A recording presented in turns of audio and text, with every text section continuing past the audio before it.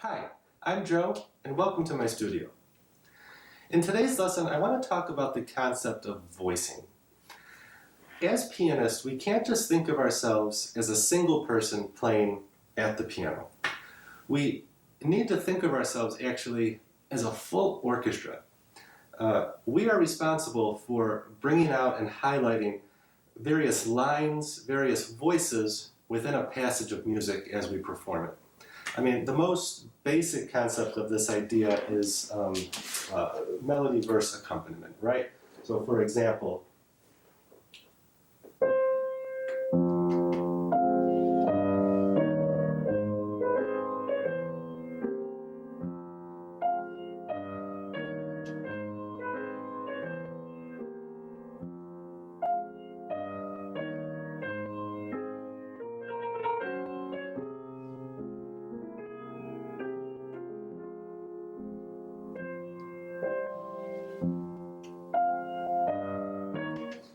and so on. And this is a Chopin Nocturne, his Opus 55, number 1. Gorgeous piece, beautiful piece. But obviously the right hand had the melody, so that was louder, it was more projected over the left hand. But if we look at just the left hand alone, there's many various voicing and balancing issues within that hand by itself. We have these bass notes followed by chord, bass, chord. And we want to make each one of those chord notes less, quieter, to be as if it's inside each bass note. And that'll make the bass line kind of connect with itself and sound separate than the chords.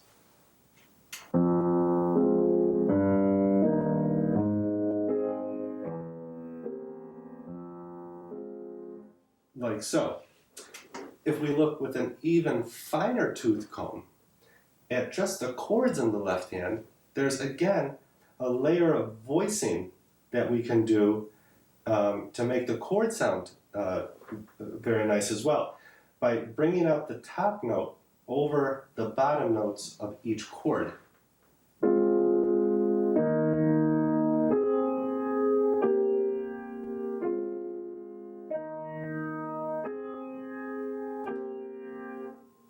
So this idea and concept of voicing, it actually opens up new layers, new dimensions of the music, of something that once maybe seemed one-dimensional, now has depth, and it's almost, if you will, 3D, three-dimensional.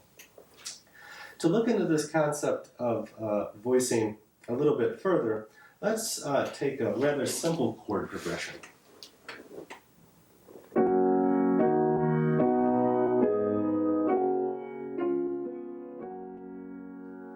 Okay? And in the right hand, every chord has 3 notes. Okay? So there's 3 voices in the right hand. And I can highlight any one of those voices. For instance, the top voice.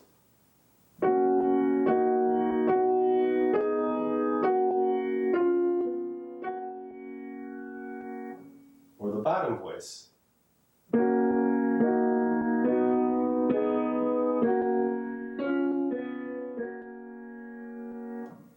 Or the middle voice, for that matter.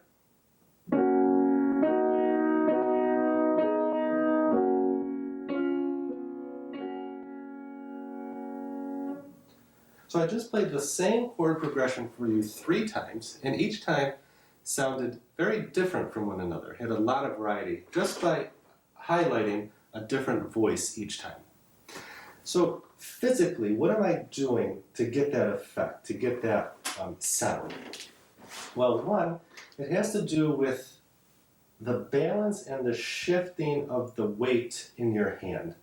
So if I want to bring out the top notes, I'm going to feel as though all the weight is kind of leaning towards the top half of my hand, to those notes on the top. On the contrary, if I want to bring out the bottom, I'm going to lean the weight of my hand towards those bottom notes. Okay? So you need to find the right balance of weight going to the notes if you want to have voice. Now, this notion of this weight transfer is only part of the equation. It's a very important part, but it's only part of the equation.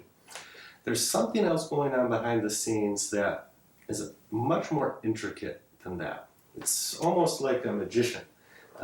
using sleight of hand. We don't know what we're seeing happening, okay, with our eyes, in this case with our ears, music, but we know something's going on, right? So here's the secret.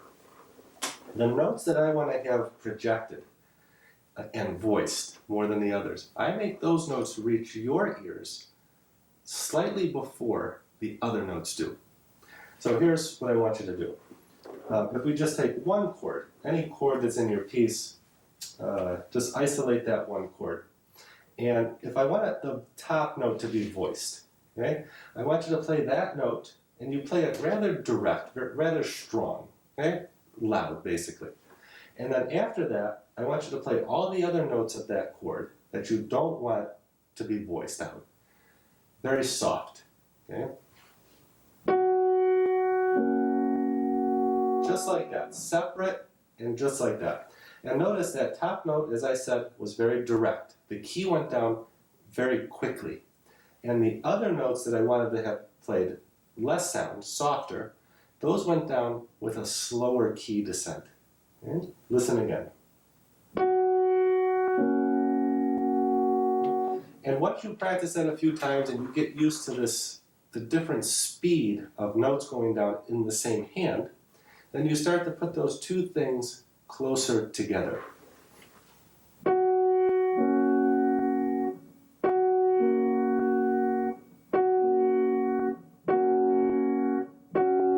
Until it's almost back to being played at the same time.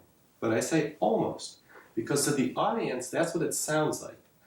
But to us, the pianist, we know that that top note, or whatever note it is in the chord you're wanting to voice out, that one's coming half a nanosecond sooner. It's being played first, by just half a second, half a nanosecond before the other notes. Now, this idea of just isolating one chord and working on it again and again like this for a little bit, it's a very isolated practice technique, right? And it has a very vertical idea to it, right? This is like a vertical plane. You're worried about this note and how it relates to all those notes that are coming with it underneath. Okay? And if music, that's the only thing we're worried about in music, it could start to sound kind of hammery and, as I said, vertical.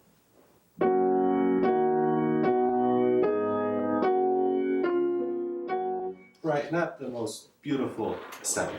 So you need to also, after you do that vertical isolated work, you also obviously need to think about the linear phrase, the horizontal plane of music. Okay, because the phrase obviously should never just be flat and stagnant. It should always have, shape and contours going up, going down, going towards stresses, going back away from, stresses, releases, and whatnot. So I hope some of this helps as you encounter various voicing issues in your own pieces. And as always, you can, if you have questions or comments, you can feel free to leave them in the comment section. I've also included links to my websites in the description box below, where you can contact me directly. If you do find this video helpful, you may want to check out my other ones and subscribe to my channel so you get notifications when new videos do come out. So till next time, I wish you all the best in your practice.